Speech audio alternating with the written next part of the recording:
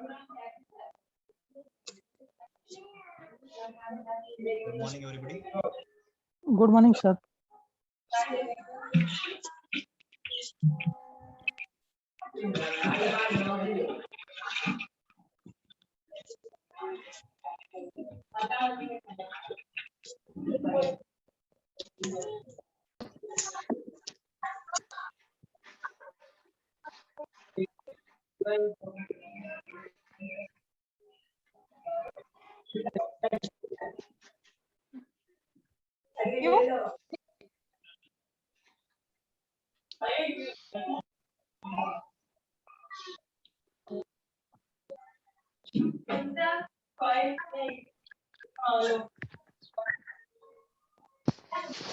आगे सर है।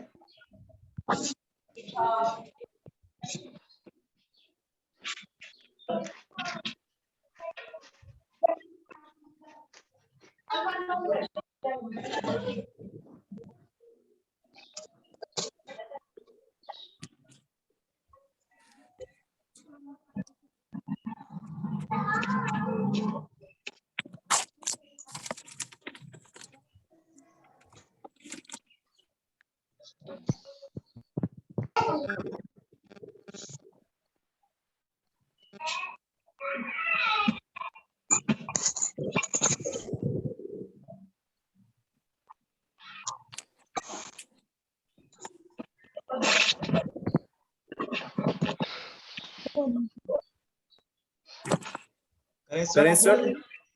Yes, sir.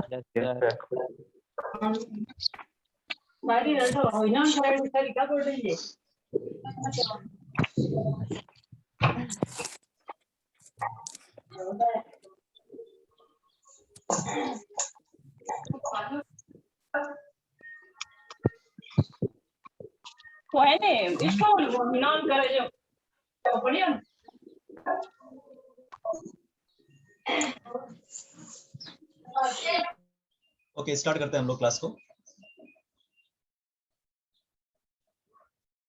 तो कल हमने डिस्चार्ज के बारे में पढ़ा था कि एक्चुअल में डिस्चार्ज क्या होता है, पेशेंट को हम लोग कैसे डिस्चार्ज करते हैं। आज हम लोग उसके आगे का पोर्शन पढ़ेंगे।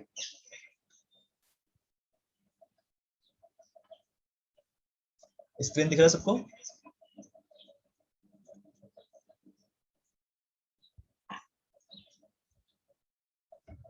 अब मैं खुद वेरीफाई कर सकता हूँ स्क्रीन दिखता है कि नहीं दिखता, क्योंकि मेरे फोन में भी स्क्रीन दिखेगा।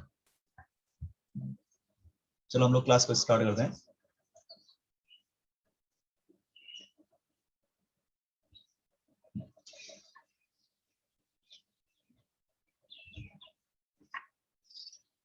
तो हमने डिस्चार्ज के बारे में पढ़ा था कल कि हमने डिस्चार्ज की प्रिपरेशन कर लिया था कि डिस्चार्ज हम लोग पेशेंट को कैसे कर सकते हैं।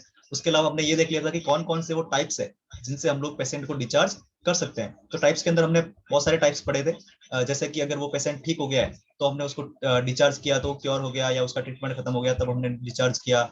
या फिर क्या हो गया, लीव अगेंस्ट मेडिकल एडवाइस अगर हम लोग बात करें, तो अगर वो उसने हॉस्पिटल को छोड़ा मेडिकल एडवाइस के अगेंस्ट जाके, तो हमने उसको बोल दिया कि leave against medical advice, LAMA वाली कंडीशन बोल दिया। उसके अलावा हमने पढ़ा एब्सकंडेट के बारे में पढ़ा, जिसके अंदर क्या कंडीशन थी कि अगर पेशेंट क्या हो जाए वहां से बिना किसी को इन्फॉर्म किए छोड़ के चला जाए, उसको एब्सकंडेट के बारे में पढ़ा था। ठीक है ना। या फिर उसके अलावा और भी कंडीशंस पड़ी थी, जैसे हम लोगों ने उसको किसी और हॉस्पिटल में ट्रांसफर कर दिया, उसके लिए हमने डिस्चार्ज किया। या फिर क्या हो जाए पेशेंट की रिक्वेस्ट पे, तो डिस्चार्ज ऑन रिक्वेस्ट, DOR हमने पढ़ा।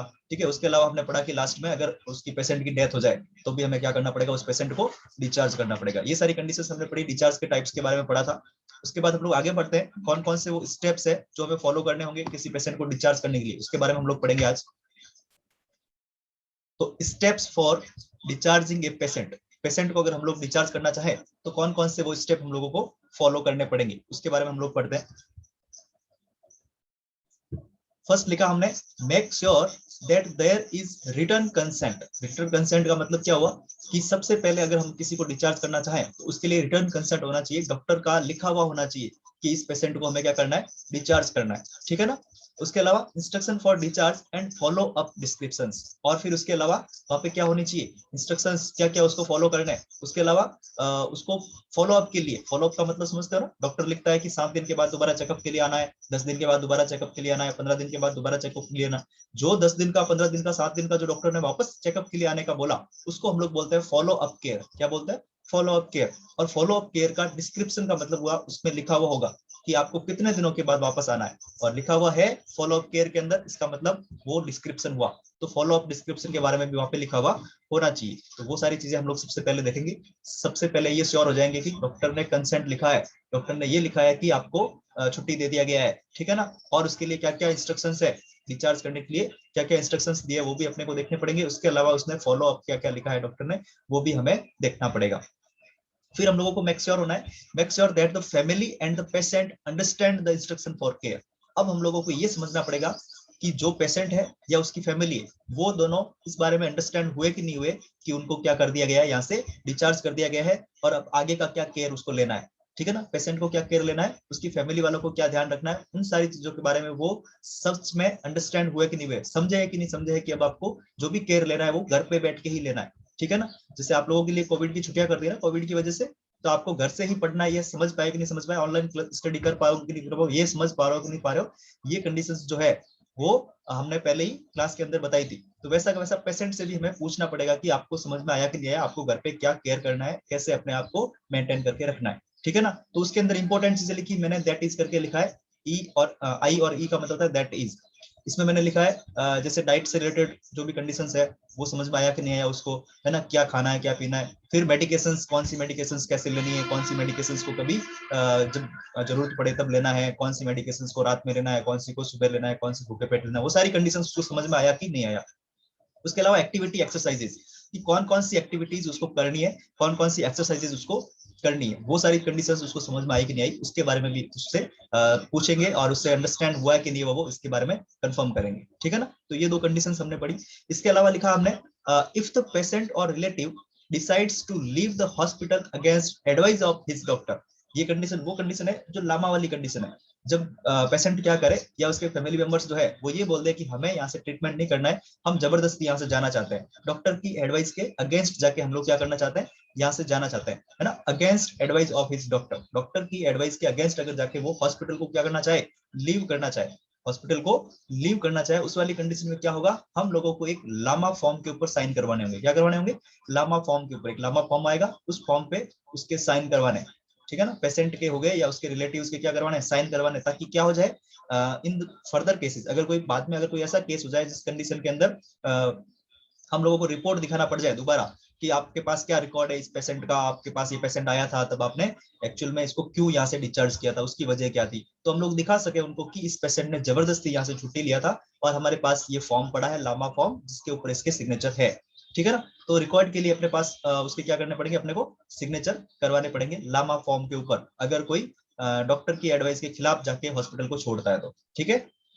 फिर हम लोगों को आगे लिखा हमने, assist the patient to dress, check and pack belongings. अब हम लोगों को ये असिस्ट करना है कि पेशेंट प्रॉपर ड्रेस के अंदर है कि नहीं है, जो ड्रेस वो पहन के घर जाने वाला है उस ड्रेस के अंदर है कि नहीं है, और चेक करना है कि उसने क्या क्या चीजें पैक कर ली है, उसकी चीजें अगर पीछे रह तो नहीं गई है, या ऐसी कोई चीजें जो यहाँ से एक्स्ट्रा तो लेके नहीं जा रहा है, वो सारी चीजें अपने को ध्यान रखना है, चेक करना है, ठीक है ना।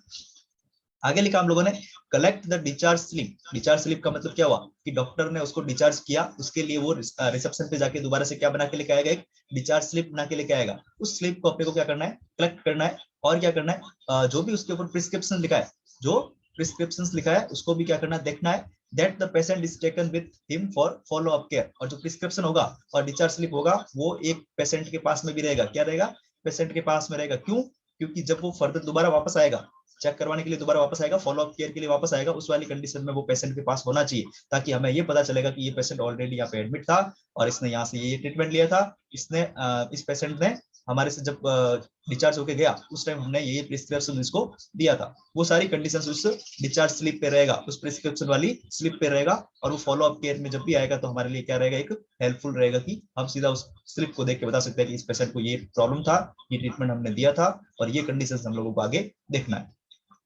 आगे हमने लिखा, complete the patients record and discharge summary. Records का मतलब होता है फाइल। जो फाइल हम लोग हॉस्पिटल में बनाते हैं ना पेशेंट से रिलेटेड, उसका रोज का वाइटल साइंस चेक करते हैं, बीपी चेक करते हैं, टेम्परेचर चेक करते हैं, उसको कौन सा मेडिसिन कब दिया वो सारा लिखते हैं। वो सारा होता है पेशेंट का रिकॉर्ड। उस पेशेंट के रिकॉर्ड को अपने को कंप्लीट करना है, ठीक है ना। और कंप्लीट जैसे होता है ना अपने अटेंडेंस रजिस्टर भी होते हैं तो वो सारे कंप्लीट करने होते हैं महीने भर के, वैसा का वैसा पेशेंट का भी जो रजिस्टर है, जो फाइल है, उसको 5 दिन रुका वहां पे, 4 दिन रुका, जितने भी दिन भी रुका, रोज का हम लोग हाथों हाथ लिखते जाएंगे। जो मेडिसिन दिया उसी टाइम हमने मेडिसिन के बारे में लिख दिया कि ये मेडिसिन इस टाइम दिया। वो पूरा रिकॉर्ड हमने कंप्लीट कर लिया। और डिस्चार्ज समरी भी हमने लिख लिया। डिस्चार्ज समरी कैसे कि पेशेंट को डिस्चार्ज करने के बाद नर्स का एक काम होता है कि वो क्या करे, पेशेंट को जैसे डिस्चार्ज किया उसके बारे में पूरा समरी लिख दे, इस पेशेंट को इस टाइम डिस्चार्ज कर दिया है, ये इसने प्रिस्क्रिप्शन लिखा है, ये सारा जो भी डॉक्टर ने लिखा था, मेडिसिन लिखी है, फॉलोअप केयर के लिए कब बुलाया, वो सारी चीजें उसमें हमें डिस्चार्ज समरी में लिखना पड़ेगा। एक पेज आएगा रिकॉर्ड फाइल के अंदर अलग से डिस्चार्ज समरी वाला, उसमें हमें सारी चीजें लिखनी है। उसके अलावा transport the patient and his belongings via a wheel chair. अगर पेशेंट खुद चल नहीं सकता है तो उसको क्या करना पड़ेगा, व्हील चेयर पे बिठा के उसको ट्रांसपोर्ट करना पड़ेगा, हॉस्पिटल से बाहर तक लेके जाना पड़ेगा, ठीक है ना। और हमें क्या करना पड़ेगा, उस पेशेंट को व्हील चेयर पे बिठा के हॉस्पिटल के बाहर तक छोड़ना है। यह काम हमारा नहीं है, वार्ड बॉय का है, पर हमें इंस्ट्रक्ट करना है वार्ड बॉय को कि ये चीज है जो पेशेंट को बाहर तक छोड़ के आ जाओ। अगला लिखा assist the patient into vehicle. अगर हमने व्हीकल पे बिठा दिया, व्हील चेयर पे बिठा दिया, तो उसमें वो प्रॉपर कंडीशन में बैठा है कि नहीं बैठा है, उसको हम लोगों को असिस्ट करना है। असिस्ट किया, असिस्ट करने के बाद उसको अपने वार्ड बॉय को बोल दिया या स्वीपर को बोल दिया कि वो क्या करे, उनको बाहर तक छोड़ के आ जाए, या फैमिली मेंबर्स खुद भी बाहर तक लेके जा सकते हैं, ठीक है ना। फिर हमने लिख दिया care of unit after discharge. अब हमें क्या करना है, लास्ट में व्हील चेयर पे बिठा के उसको बाहर भेज दिया, अब पेशेंट तो वहां से चला गया। अब उस यूनिट जो है, यूनिट का मतलब जहाँ पे वो पेशेंट स्टे किया हुआ था, जहाँ पे पेशेंट रुका हुआ था, उस जगह को क्या करना है, केयर करना है। उस जगह का केयर कैसे, उस जगह को क्या करना पड़ेगा, अपने को क्लीन करना पड़ेगा, उस जगह को दोबारा किसी दूसरे पेशेंट के यूज के लिए वापस तैयार करना पड़ेगा। तो उसका हम क्या करना पड़ेगा, care of the unit after discharge. वो पेशेंट तो डिस्चार्ज हो गया है, उसके बाद हमें क्या करना पड़ेगा, उस यूनिट को पूरा दोबारा से तैयार करना पड़ेगा, दोबारा से उसकी केयर करना पड़ेगा। आगे समझ में सारे स्टेप, वेरी गुड। आगे बढ़ते हैं। आगे हमने लिखा डिस्चार्ज प्रोसीजर, कि कौन कौन से वो प्रोसीजर है, उन तरीकों को फॉलो करते हुए हम लोग पेशेंट को डिस्चार्ज कर सकते हैं, ठीक है। तो प्रोसीजर क्या है, एक्चुअल में प्रोसीजर ये रहेगा कि सबसे पहले तो हम लोगों को ये दिखना है, no patient should be discharge without the doctor's return order. जब तक डॉक्टर ने लिखा नहीं है, हम लोगों को ये नहीं बोलना है कि जाओ छुट्टी होगी आपकी, ठीक है ना। तो डॉक्टर का लिखा हुआ होना बहुत जरूरी है। बिना डॉक्टर के लिखे हुए किसी भी पेशेंट को छुट्टी नहीं कर सकते। आप लोगों की भी छुट्टी करते हैं ना, तो बहुत सोच समझ के करते हैं, पूरा मीटिंग करके फिर छुट्टी करते हैं, ठीक है ना। ऐसा तो होता नहीं कि चलो कल छुट्टी है तुम्हारी, ऐसा नहीं बोल सकते। इसीलिए कभी कभार लेट 8-9 बजे तक भी आपको सूचना देनी पड़ती है कि कल छुट्टी है। तो वैसा का वैसा पेशेंट के लिए भी क्या करना पड़ेगा, डॉक्टर का रिटर्न ऑर्डर होना बहुत जरूरी है। डॉक्टर का रिटर्न ऑर्डर होना बहुत जरूरी है। बिना रिटर्न ऑर्डर के हम लोग किसी भी पेशेंट को क्या नहीं कर सकते, डिस्चार्ज नहीं कर सकते। आगे लिखा the physician writes on the patient's chart when the patient is to be discharge. और फिजिशियन का ये काम है कि वो लिखेगा पेशेंट के जो चार्ट है, पेशेंट का जो रिकॉर्ड है, उस रिकॉर्ड फाइल में लिखेगा कि पेशेंट को कब डिस्चार्ज करना है, ठीक है ना, कि पेशेंट को कब डिस्चार्ज करना है, ये बात लिखेगा डॉक्टर उसके रिकॉर्ड में। और लिखेगा तो उसके लिए प्रॉपर सफिशिएंट टाइम भी देगा, जो हमने पहले भी पढ़ा है, ठीक है ना। जैसे अगर फिजिशियन ने आज सुबह लिखा है कि इस पेशेंट को डिस्चार्ज करना है, तो वो सफिशिएंट टाइम देगा, 4-5 घंटे का टाइम देगा, कि बोलेगा कि शाम को 3 बजे या 4 बजे तक इसको डिस्चार्ज करना है, ठीक है ना। तो वो इतना टाइम देगा ताकि उसमें क्या हो सके, पेशेंट अपनी प्रिपरेशन पूरी खत्म कर सके, और हम भी जो उस पेशेंट के लिए जो भी प्रिपरेशन करनी होगी वो हम भी पूरा कर सके, ठीक है।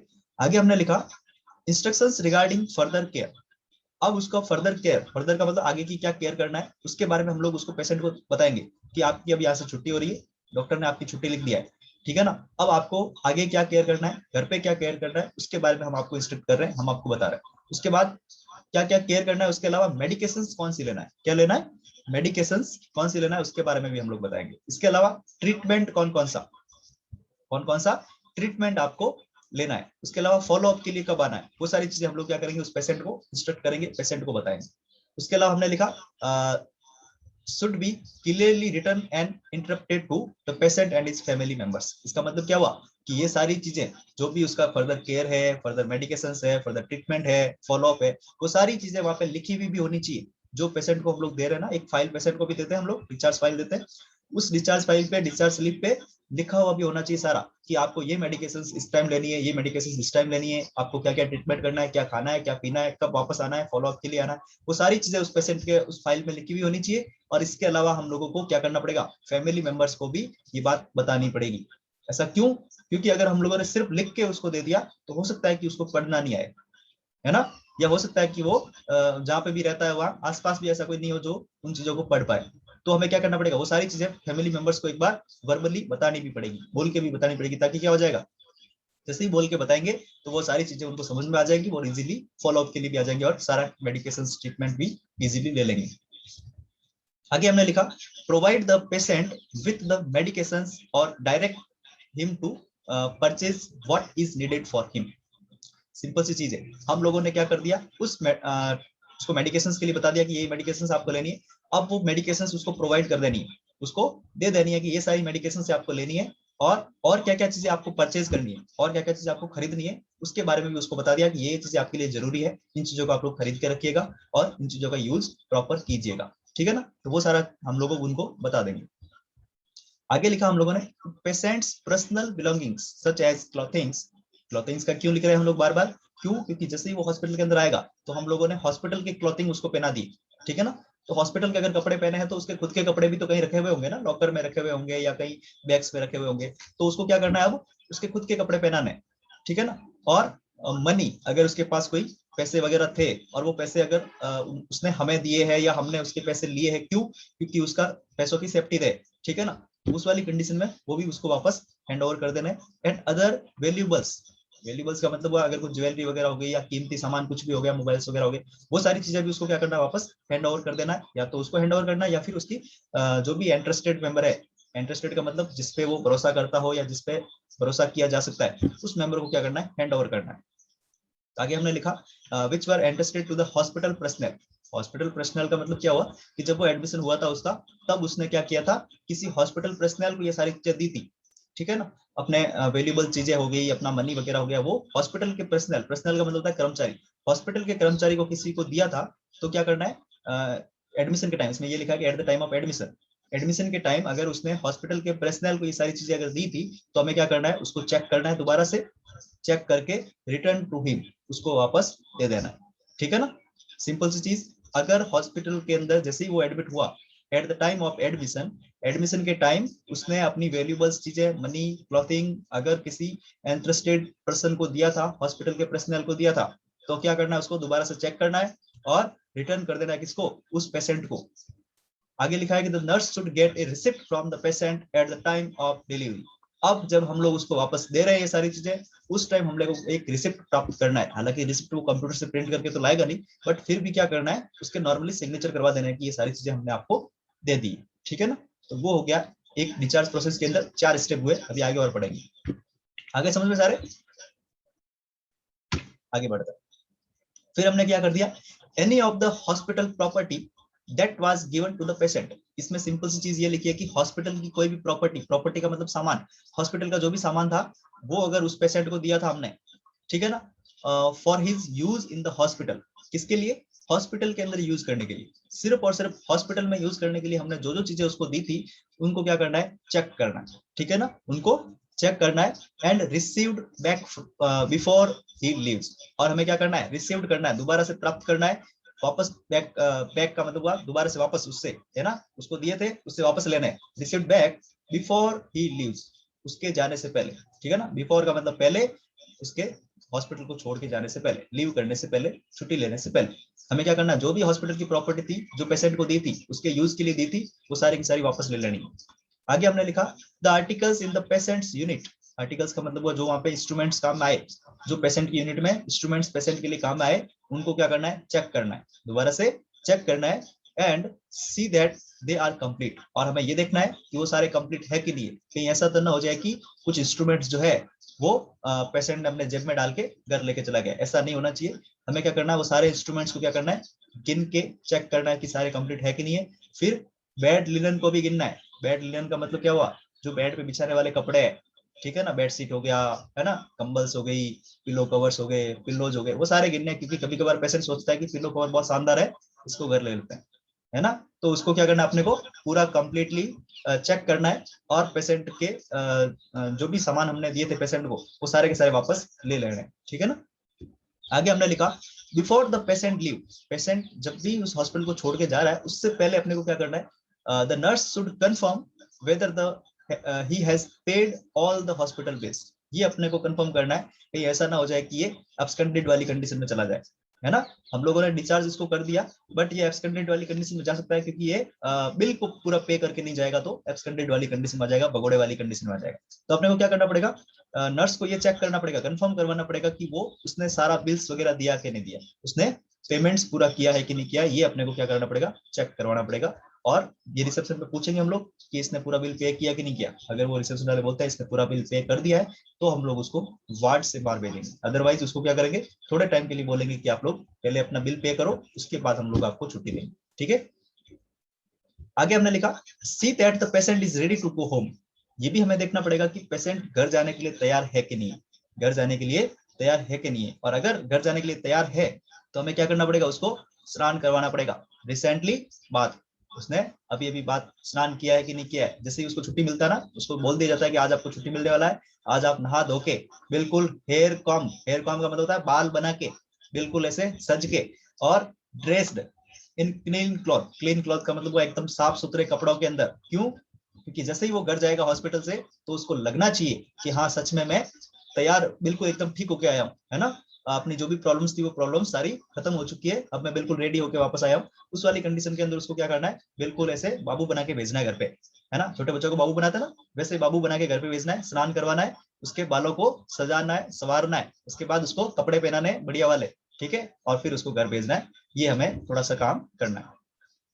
आगे लिखा हम लोगों ने if the patient is not able to walk. अगर पेशेंट चलने के लिए एबल नहीं है, ठीक है ना, वॉक करने के लिए एबल नहीं है, चलने के लिए एबल नहीं है, और नॉट अलाउड टू वॉक, और अगर उसको चलने की परमिशन भी नहीं है। जैसे अगर उसके पैरों में कोई फ्रैक्चर वगैरह था और उसको हमने बोला कि कुछ टाइम तक चलना नहीं है, या तो वो चलने के लिए एबल नहीं है, या फिर क्या है, not allowed to walk, allow नहीं है, चलने के लिए अलाउ नहीं है, उस वाली कंडीशन में भी हमें क्या करना पड़ेगा, the nurse should see that he is safely transferred either on a wheel chair. तो हमें क्या करना पड़ेगा, उसको सेफली ट्रांसफर करने के लिए व्हील चेयर पे ट्रांसफर कर सकते हैं या फिर स्ट्रेचर पे ट्रांसफर कर सकते हैं। क्यों, क्योंकि अगर उसको या तो चल नहीं सकता वो, या चलने की उसको परमिशन नहीं है, तो हमें उसको क्या करना पड़ेगा, या तो व्हील चेयर पे या फिर स्ट्रेचर पे उसको ट्रांसफर करना पड़ेगा हॉस्पिटल से बाहर तक। और उसके बाद भी वो किसी गाड़ी में जाएगा तो वहां पे भी चलने का उसको दिक्कत नहीं रहेगा, ठीक है ना। आगे लिखा हम लोगों ने see that a hospital attendant companies the patient up to the front door if possible. अगर पॉसिबल हो तो हमें क्या करना है, हॉस्पिटल का कोई भी एक अटेंडेंट जो होता है, कोई भी पर्सनल हो सकता है, उस पर्सनल को बोलना है कि आप इस पेशेंट को कंपनी दो, पेशेंट को फ्रंट डोर तक छोड़ने तक।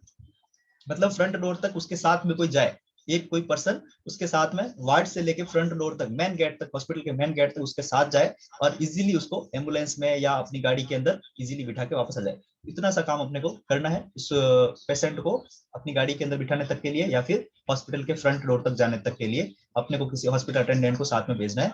इतना सा काम अपने को करना है। आगे हम लोग बढ़ते हैं। The dietary department should be inform of the patient discharge. अब क्या होता है, हॉस्पिटल के अंदर एक सेटअप होता है कि वहां का जो पेशेंट होता है उनको खाना भी क्या होता है, वहीं पे मिलता है ना। एक वहां पे एक अलग से किचन बना हुआ होता है, जो सारे पेशेंट्स को उनके रिक्वायरमेंट के अकॉर्डिंग, उनकी कंडीशन के अकॉर्डिंग खाना अलग अलग कंडीशन में देते हैं। उस वाली कंडीशन में अपने को क्या करना पड़ेगा, उस डाइटरी डिपार्टमेंट को इन्फॉर्म करना पड़ेगा। उस डाइटरी डिपार्टमेंट को इन्फॉर्म करना पड़ेगा कि जो ये पेशेंट था, जिस बेड पे ये पेशेंट था, वो पेशेंट अब क्या घर जा चुका है। तो अगर घर जा चुका है तो उसके लिए एक्स्ट्रा खाना ना बनाए, ठीक है ना। कभी कभार होता है ना, अगर हॉस्टल के अंदर 50 लोग रहते हैं और 20 लोग घर चले जाए, तो अगर वार्डन को नहीं बोला या उसके मेस वाले को नहीं बोला, तो वो 50 के 50 लोगों का खाना बना लेगा। उस वाली कंडीशन में क्या हो सकता है, 20 लोगों का खाना वेस्ट हो सकता है। तो अपने को क्या करना पड़ेगा, डाइटरी डिपार्टमेंट को भी बताना पड़ेगा कि आप जिस पेशेंट के लिए खाना बनाते थे, वो पेशेंट अब छुट्टी लेके घर जा चुका है। इसका आप ना तो खाना बनाओगे, और ना आप वहां पे कोई ड्यू वगैरह है तो वो भी आप बता दोगे जल्दी से जल्दी, ठीक है ना। आगे लिखा है if any patient leaves the hospital against medical advice. ये सेम चीज वापस हम लोग बार बार लिख रहे हैं कि अगर कोई पेशेंट मेडिकल एडवाइस के अगेंस्ट जाके हॉस्पिटल को छोड़ता है, तो हमें क्या करना है, should be asked to sign a release form. तो उस पे क्या करवाना है, रिलीज फॉर्म पे या लामा फॉर्म होता है, उस लामा फॉर्म पे साइन करवाना है। क्या करवाना है, साइन करवाना है लामा फॉर्म पे। महावीर जयंती, आज महावीर जयंती है। आगे हमने लिखा the form should state that patient is living against the medical advice of doctor, and that neither the doctor nor the hospital can be held responsible for any ill effect happening after his departure. Departure का मतलब आप लोग समझते होंगे, कभी train में सफर किया होगा तो है ना, अराइवल और डिपार्चर दो वर्ड आते हैं। इसका मतलब ये होता है कि अगर, इस पूरी लाइन का मतलब ये है कि अगर कोई पेशेंट उस फॉर्म के ऊपर साइन करने के बाद मेडिकल एडवाइस के अगेंस्ट उस हॉस्पिटल को छोड़ के जा रहा है, उस वाली कंडीशंस के अंदर उस फॉर्म पे हम लोगों ने ये लिखा हुआ होता है ऑलरेडी कि जैसे ही ये पेशेंट यहाँ से छोड़ के जाएगा, डिपार्चर का मतलब होता है यहाँ से जा चुका होगा, ठीक है, जाएगा, निकलेगा, उस वाली कंडीशन में क्या होगा कि उसकी जो भी कंडीशन है, उसकी पेशेंट की जो कंडीशन है, इल इफेक्ट है, जो भी इल इफेक्ट है, इल का मतलब बीमारी का जो इफेक्ट है, उसका जिम्मेदार कौन होगा? न तो डॉक्टर होगा, न हॉस्पिटल होगा। इसमें ये लिखा हम लोगों ने, that neither the doctor nor the hospital, न तो डॉक्टर और न हॉस्पिटल, उसका जिम्मेदार कौन होगा? वो खुद होगा। कौन होगा? वो पेशेंट खुद, ठीक है ना। डॉक्टर भी नहीं होगा उसका जिम्मेदार, और न कोई हॉस्पिटल होगा उसका जिम्मेदार। उसका जिम्मेदार वो खुद होगा। क्यों? क्योंकि हमने लामा फॉर्म पे साइन करवा दिया है, वो सच में डॉक्टर की एडवाइस के खिलाफ जाके हॉस्पिटल को छोड़ रहा है, ठीक है ना। आगे हमने लिखा कि this form should be filled with the patients record. और अगर पेशेंट के रिकॉर्ड को हम लोग सीधी सी बात है मेंटेन करके रखेंगे। क्यों? क्योंकि आपने एक बार मैंने आपको पढ़ाया था कि अगर कोई पेशेंट हॉस्पिटल के अंदर एडमिट होता है तो उसका एडमिट रिकॉर्ड अपने को 5 साल तक रखना होता है, ठीक है ना। सिंपली 5 साल तक अपने को क्या करना पड़ता है? उसका रिकॉर्ड को रखना होता है। अगर ओपीडी के अंदर आया है तो आईपीडी वाले रिकॉर्ड को 10 साल तक भी रखना पड़ता है, ठीक है ना। तो एडमिट हुआ है, इसका मतलब 10 साल तक वो रिकॉर्ड अपने पास रहेगा। और अगर कोई मेडिको लीगल केसेस होते हैं तो 15 साल तक भी हम लोग उसके रिकॉर्ड को मेंटेन करके रखते हैं। तो उस वाली कंडीशन में क्या है कि ये लामा वाली कंडीशन के अंदर छोड़ के जा रहा है, तो अपने को इसके रिकॉर्ड को भी क्या करना पड़ेगा? मेंटेन करके रखना पड़ेगा। इन फ्यूचर कभी भी दोबारा ऐसा कुछ प्रॉब्लम वाली बात आती है तो हम लोग इसके रिकॉर्ड को दिखा सकते हैं कि हमने पास ये रिकॉर्ड पड़ा है, ये सच में मेडिकल एडवाइस के अगेंस्ट जाके हॉस्पिटल को छोड़ के गया था, ठीक है ना। तो उसके लिए अपने को क्या करना पड़ेगा? उसको पेशेंट के रिकॉर्ड को अपने को रखना पड़ेगा। आगे हमने लिखा the nurse should see that the chart are completed and sent to the office or to the record section। जो भी फाइल्स होती है, हर पेशेंट की जो फाइल्स होती है, उन पेशेंट उस फाइल्स को पूरा कंप्लीट करना होता है अपने को। कंप्लीट करने के बाद उन फाइल को अपने को या तो ऑफिस के अंदर, जो भी सिस्टम हो हॉस्पिटल का, जो भी सिस्टम हो सिस्टम के अकॉर्डिंग ऑफिस के अंदर भेजना होता है, या फिर रिकॉर्ड सेक्शन जहाँ पे फाइलों को स्टोर करके रखा जाता है, सारे पेशेंट्स की फाइलों को स्टोर करके रखा जाता है, वहां पे अपने को क्या करना है? इसको सेंड करना है कि हम लोगों ने इस पेशेंट का ये फाइल बनाया था और ये फाइल आप लोगों को हैंड ओवर कर रहे हैं, इस पेशेंट का यहाँ से डिस्चार्ज हो चुका है। तो उस वाली कंडीशन में वो क्या करेंगे? उस फाइल को उसके अकॉर्डिंग, आईपीडी वाला पेशेंट है कितने टाइम तक रखना है उसको, मेडिको लीगल वाला केसेस है तो 15 साल तक के लिए अलग से अपने फोल्डर में रखेगा, या मेडिको सिंपल वाला केस है तो 10 साल तक के लिए अलग से फोल्डर में रखेगा। तो हम लोगों ने क्या कर दिया? उस फाइल को सेंड कर दिया रिकॉर्ड सेक्शन के अंदर या फिर ऑफिस के अंदर, जहाँ पे भी हम लोगों की जो इजी वे के अंदर रहेगा, वहां पे हमने इसको कर दिया सेंड। आ गया समझ में? तो ये हो गया डिस्चार्ज के प्रोसीजर, ठीक है।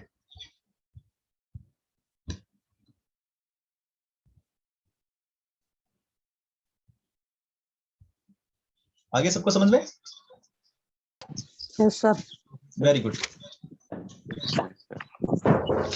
आगे बढ़ते हैं। किसी को कोई भी अगर डाउट आता है बीच में तो वो हाथ खड़ा कर सकता है, ठीक है ना।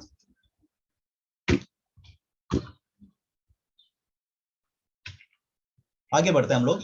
आगे लिखा हम लोगों ने federal requirements for discharge planning process. Discharge planning process के लिए और क्या क्या चीजें हैं जो इंपॉर्टेंट होती है, क्या क्या रिक्वायरमेंट्स होती है, उनके बारे में हम लोगों ने लिखा है। सिंपली लिखा हम लोगों ने रिक्वायरमेंट्स क्या क्या चीजें हो सकती है। तो hospital must identify at the early stage of hospitalisation all Medicare clients who are likely to suffer adverse consequence upon discharge if there is no planning। इसका मतलब क्या हुआ कि अगर हम लोगों को किसी भी पेशेंट को डिस्चार्ज करना है तो उसके लिए क्या करना पड़ेगा? जब वो हॉस्पिटलाइज हो रहा है ना, अर्ली स्टेज ऑफ हॉस्पिटलाइज, जब वो हॉस्पिटलाइज हो रहा है, अर्ली स्टेज कौन सा होता है? सबसे अर्ली होता है एडमिशन वाला प्रोसेस। तो एडमिशन वाले प्रोसेस से ही अपने को क्या करना पड़ेगा? आइडेंटिफाई करते रहना है कि इस पेशेंट को छुट्टी कब मिलने वाला है, डिस्चार्ज कब होने वाला है। हम लोग ऐसा कभी नहीं कर सकते कि बिना प्लानिंग उसको छुट्टी नहीं दे सकते, बिना प्लानिंग उसको छुट्टी नहीं दे सकते। क्यों? क्योंकि अपने लिए भी इंपॉर्टेंट है प्लानिंग करना, उसके अलावा पेशेंट के लिए भी इंपॉर्टेंट है कि पहले से प्लानिंग हो, पहले से उसको पता चले कि उसको डिस्चार्ज कब होने वाला है, वो उसको छुट्टी कब मिलने वाला है, ठीक है ना। आगे हमने लिखा the hospital must provide a discharge planning evaluation. अब हमें क्या करना पड़ेगा? डिस्चार्ज हम लोग कर रहे हैं, उसके लिए अपने को इवेल्युएशन करना पड़ेगा, एक जांच करनी पड़ेगी, परीक्षण करना पड़ेगा, इवेल्युएशन करना पड़ेगा डिस्चार्ज प्लानिंग का। किसका डिस्चार्ज प्लानिंग है? क्या सच में वो पेशेंट डिस्चार्ज होने के लिए एबल है कि नहीं है? क्या सच में हम लोग इसको डिस्चार्ज कर सकते हैं? क्या डिस्चार्ज होने के बाद वो प्रॉपर अपने आप को मेंटेन करके रख पाएगा? वो सारी चीजें अपने को पहले ही देखना पड़ेगा, उसका इवेल्युएशन करना पड़ेगा, पहले ही उसका एक एग्जामिनेशन लेना पड़ेगा। अगर ये क्लास बीच में कट हो जाए तो आप लोगों को क्या करना है, दोबारा ज्वाइन होना है, ठीक है ना। टाइम आ चुका है इसके अंदर कि अब कट होने वाला है। आगे हमने लिखा a nurse must supervise development of evaluation. अब नर्स को क्या करना है, सुपरवाइज करना है कि कितना इसके अंदर प्रोग्रेस हो रहा है, क्या क्या इसके अंदर इवैल्यूएशन के अंदर रिजल्ट आ रहा है। इवैल्यूएशन क्या, डिस्चार्ज प्लानिंग का इवैल्यूएशन कर रहे हैं हम लोग, उसके अंदर क्या क्या रिजल्ट आ रहा है, कितना डेवलपमेंट हो रहा है इस पेशेंट के अंदर, है ना, कितना ठीक हो रहा है, कितना इसको केयर करना पड़ेगा, वो सारी चीजें नर्स को क्या करना है, सुपरवाइज करना है। आगे लिखा हम लोगों ने discharge planning must include an evaluation of likelihood of needing post hospital services. Post hospital services का मतलब हुआ, पोस्ट का मतलब बाद में, पी का मतलब होता है पहले, पोस्ट का मतलब बाद में, हॉस्पिटल का मतलब हॉस्पिटल के बाद में। हॉस्पिटल के बाद में का क्या मतलब हुआ, डिस्चार्ज होने के बाद वो घर गया, इसका मतलब वो हॉस्पिटल के बाद की कंडीशन हुई। जब तक हॉस्पिटल में था तब तक था वो हॉस्पिटलाइजेशन, हॉस्पिटल के अंदर एडमिट है तब तक है वो हॉस्पिटलाइजेशन। हॉस्पिटल को छोड़ के गया, इसका मतलब बोला उसको पोस्ट हॉस्पिटल। और पोस्ट हॉस्पिटल सर्विसेज का मतलब हुआ जब उसको हॉस्पिटल को छोड़ के जाने के बाद जो सर्विस दे रहे हैं उसको बोला post hospital services. End of the availability of the services, तो हमें क्या करना पड़ेगा, प्लानिंग करना पड़ेगा, क्या क्या चीजों को इंक्लूड करना पड़ेगा अपने इवैल्यूएशन के अंदर। सबसे इंपॉर्टेंट तो नीडिंग पोस्ट हॉस्पिटल सर्विसेज, कि उसको कौन कौन सी उन सर्विसेज की रिक्वायरमेंट है, उन सर्विसेज की नीड है जो हॉस्पिटल को छोड़ के जाने के बाद उसको जरूरत है, ठीक है ना। उसके बाद वो कौन कौन सी चीजें उसके पास अवेलेबल है, अवेलेबिलिटी ऑफ सर्विसेज, कौन कौन सी सर्विसेज उसके पास अवेलेबल है और कौन कौन सी सर्विसेज की उसको रिक्वायरमेंट है, उन सारी चीजों को अपने क्या करना पड़ेगा, इवैल्यूएशन करना पड़ेगा। आगे हमने लिखा the evaluation must include the clients capacity. Client की कैपेसिटी के अकॉर्डिंग वो कंडीशंस हम लोग बता पा रहे कि नहीं बता पा रहे, उसकी कैपेसिटी कितना है, कितना वो केयर कर पाएगा अपने आप का, वो भी हमें क्या करना पड़ेगा, इवैल्यूएट करना पड़ेगा। आगे हमने लिखा फॉर सेल्फ केयर, खुद की केयर के लिए वो कितना केयर कर पाएगा, उसकी कैपेसिटी को हमने पहचाना। और the possibility of clients being cared for the environment from which the client entered the hospital. जो भी हॉस्पिटल के अंदर एंटर होता है क्लाइंट, वो क्लाइंट कितना अपने आप को केयर कर पाएगा, उसकी खुद की कैपेसिटी कितनी है अपने आप को केयर करने की, या फिर पॉसिबिलिटी कितनी है, कितनी पॉसिबिलिटी है कि वो क्लाइंट क्या कर सकता है, अपने आप के साथ साथ एनवायरनमेंट को भी क्या कर सकता है, केयर करके रख सकता है, ठीक है ना। एनवायरनमेंट का मतलब क्या हुआ, अपने आसपास की सराउंडिंग्स को क्या कर सकता है, केयर करके रखता है, सराउंडिंग को ठीक रख सकता है। उस वाली कंडीशंस के अंदर अपने को क्या करना है, जैसे पेशेंट कोई भी हॉस्पिटल के अंदर एंटर होता है तो उनकी कैपेसिटीज को पहचानना अपने को बहुत ही जरूरी है। आगे लिखा हम लोगों ने the evaluation must be completed, evaluation को हम लोग कंप्लीट कर सकते हैं in a timely basis so that appropriate arrangement for post hospital cares are made before discharge. इस बात का क्या मतलब हुआ कि हम लोगों को जो इवैल्यूएशन का प्रोसेस है उस इवैल्यूएशन के प्रोसेस को टाइम पे खत्म करना है, टाइम पे खत्म करना है। क्यों, क्योंकि अगर हमने टाइम पे खत्म कर दिया तो हम क्या कर सकते हैं, एप्रोप्रिएट अरेंजमेंट कर सकते हैं। क्या कर सकते हैं, एप्रोप्रिएट अरेंजमेंट, उसके लिए व्यवस्था कर सकते हैं कि जैसे ही वो हॉस्पिटल को छोड़ के जाएगा, पोस्ट हॉस्पिटल के अंदर जो भी उसको केयर की रिक्वायरमेंट है उन रिक्वायरमेंट्स को अपन क्या कर सकते हैं, अरेंज करके रख सकते हैं, उसके लिए व्यवस्था कर सकते हैं। अगर हमने ये डिस्चार्ज से पहले ही अगर हमने ये इवैल्यूएशन को कंप्लीट कर दिया तो हम कर पाएंगे। लेकिन अगर पेशेंट को डिस्चार्ज कर दिया उसके बाद हमें पता चला कि इस पेशेंट के लिए ये चीज रिक्वायर्ड थी, तो फिर क्या होगा, वो हम लोग अरेंजमेंट उसके लिए नहीं कर पाएंगे। तो हमें क्या करना पड़ेगा, उसके डिस्चार्ज होने से पहले क्या करना पड़ेगा, सारी इवैल्यूएशंस को कंप्लीट करना पड़ेगा और हम लोग कंप्लीट करके उसके लिए अप्रोप्रिएट अरेंजमेंट टाइम पे कर सकते हैं, ठीक है ना।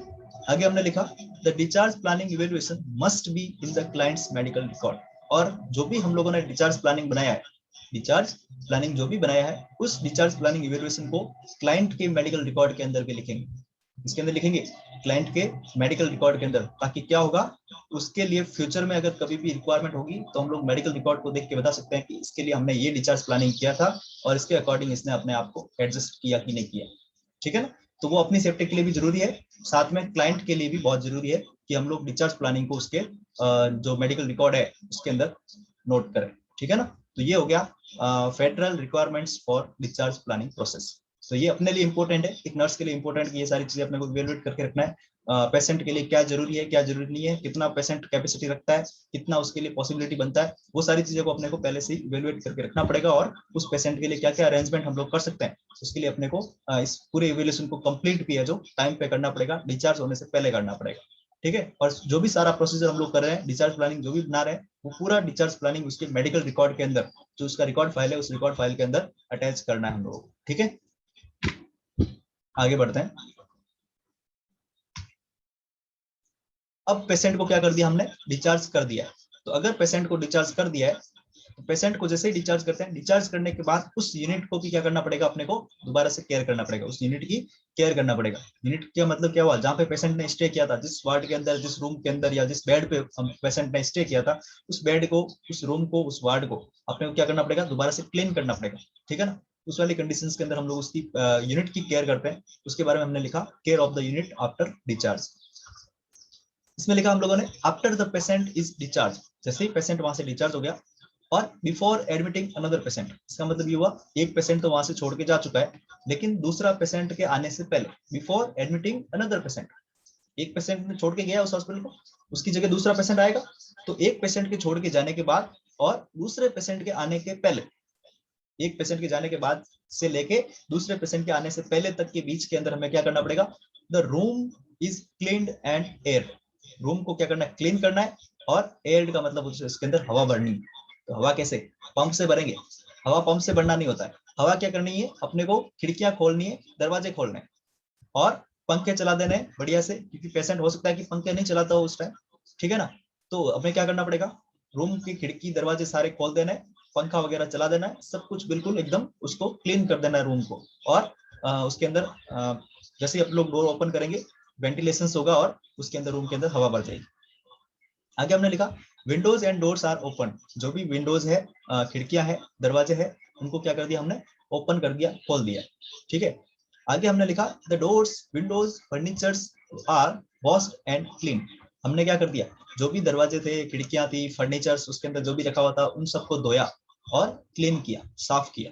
ठीक है ना, धोया और साफ किया। आगे हमने लिखा all the articles used by the patient. जो भी आर्टिकल्स पेशेंट के द्वारा यूज में लिए गए थे, ठीक है ना, जो भी आर्टिकल्स पेशेंट के द्वारा यूज में लिए गए थे, should be taken to the utility room. और उनको क्या कर दिया, यूटिलिटी रूम जहाँ पे उसका उपयोग होता है, उस रूम के अंदर भेजा। वॉश, वॉश का मतलब उसका धोया और उसको क्लीन किया। ये यूटिलिटी रूम का मतलब होता है, आप लोग कभी देखोगे जहाँ पे क्या होता है, डिसइंफेक्शन होता है या फिर ऑटोक्लेविंग प्रोसेस होता है, उसको बोलते हैं यूटिलिटी रूम। आगे हमने लिखा उसको धोया, क्लीन किया, स्टरलाइज किया। है ना, अलग अलग टेक्निक होती है, आप लोगों ने माइक्रोबायो में पढ़ा होगा स्टरलाइजेशन टेक्निक कौन कौन सी होती है। स्टरलाइजेशन के अंदर ऑटोक्लेविंग हो गया, है ना, हॉट एयर ओवन हो गया, इस तरह के स्टरलाइजेशन टेक्निक होता है ना। तो उन स्टरलाइजेशन टेक्निक के अकॉर्डिंग कोई भी स्टरलाइजेशन टेक्निक हम लोग काम में लेके उनको क्या कर सकते हैं, क्लीन कर सकते हैं, डिसइंफेक्टेड कर सकते हैं, इफ नेसेसरी, और डिसइंफेक्टेड बाय केमिकल्स। हम लोग केमिकल से डिसइंफेक्टेड भी कर सकते हैं। ये आप लोगों को माइक्रोबायो में बताया होगा, डिसइंफेक्टेड का और स्टरलाइजेशन के बीच का डिफरेंस कितना होता है वो बताया होगा। कि डिसइंफेक्टेड के अंदर क्या होता है, ओनली हम लोग जो भी माइक्रो ऑर्गेनिज्म है उसको उसकी ग्रोथ को कम करने की कोशिश करते हैं। उसका जो स्पोर होता है ऊपर का, है ना, कवरिंग जो होती है, स्पोर होता है, वो पूरा प्रॉपर किल नहीं होता है। लेकिन जो स्टरलाइजेशन टेक्निक होती है उसके अंदर उसका स्पोर भी क्या हो जाता है, किल हो जाता है। वो कंप्लीटली किल अगर हम लोग बात करें तो स्टरलाइजेशन में होता है। डिसइंफेक्टेड में ओनली क्या होता है, उस बैक्टीरिया की, वायरसेस की, जो फंजाई वगैरह है, उनकी ग्रोथ को हम लोग कम कर सकते हैं। ठीक है ना। तो ये डिसइंफेक्टेड और स्टरलाइजेशन में मेन फर्क होता है। दूसरा है जो डिसइंफेक्टेड होता है, वो मोस्टली केमिकल्स ही इसमें यूज में आते हैं। मोस्टली केमिकल्स के अलावा भी हो सकता है, बट मोस्टली केमिकल्स ही इसमें यूज में आता है। आगे हमने लिखा these are rearranged and kept ready for next use. इसका मतलब क्या हुआ कि हमने क्या कर दिया, जैसे ही पेशेंट उसको हॉस्पिटल को छोड़ के गया, हॉस्पिटल को छोड़ के जाने के बाद उसके जो भी उसने इंस्ट्रूमेंट काम में लिए थे, जो भी इंस्ट्रूमेंट्स यूज में लिए थे, उनको स्टरलाइजेशन के लिए भेजा, उसको क्लीन करवाया। क्लीन करवाने के बाद उसको दोबारा से अरेंज करना है। क्या करना है, रीअरेंज करना है। रीअरेंज का मतलब दोबारा से अरेंज करके रखना है, ताकि क्या हो सके, जैसे ही दूसरा पेशेंट आएगा, दूसरे पेशेंट के लिए क्या हो सके, रेडी रह सके वो सारे इंस्ट्रूमेंट्स। ठीक है ना। तो नेक्स्ट यूज के लिए क्या रह सके, रेडी रह सके, उसके लिए अपने को क्या करना पड़ेगा, उसको सबको रीअरेंज करके रखना है। ठीक है ना। तो ये हो गया these are rearranged and kept ready for next use. ठीक है। आगे हमने लिखा all unwanted things are discarded. इसका मतलब क्या हुआ, जो जो चीजें रिक्वायर्ड नहीं है उनको क्या कर दिया हमने, डिस्कार्ड कर दिया। जो जो चीजें अनवांटेड है, जैसे होता है ना कि पेशेंट अगर रूम छोड़ के जा रहा है, उस बेड को छोड़ के जा रहा है, बहुत सारी अननेसेसरी चीजें वहां पे छोड़ के जा सकता है। उन अननेसेसरी चीजों को अपने को क्या करना पड़ेगा, डिस्कार्ड करना है, बाहर की तरफ फेंक देना है। जैसे होता है ना, कभी कभार सिरिंज भी पड़ी रहती है बहुत सारी, कुछ टैबलेट्स भी वो छोड़ के चला जाता है, कुछ पानी की बोतल्स छोड़ के चला जाता है। उन सारी सब चीजों को क्या करना पड़ेगा, अपने को डिस्कार्ड कर देना पड़ेगा, अपने को फेंक देना पड़ेगा, क्योंकि वो दूसरे पेशेंट के काम की चीजें नहीं हो सकती। ठीक है ना। एक पेशेंट ने जो भी काम में ली वो उसी पेशेंट के काम की थी, अब दूसरे पेशेंट के लिए दूसरी चीजें काम में लेंगे, इसलिए अपने को क्या करना पड़ेगा, उन सारी चीजों को फेंक देना पड़ेगा। आगे हमने लिखा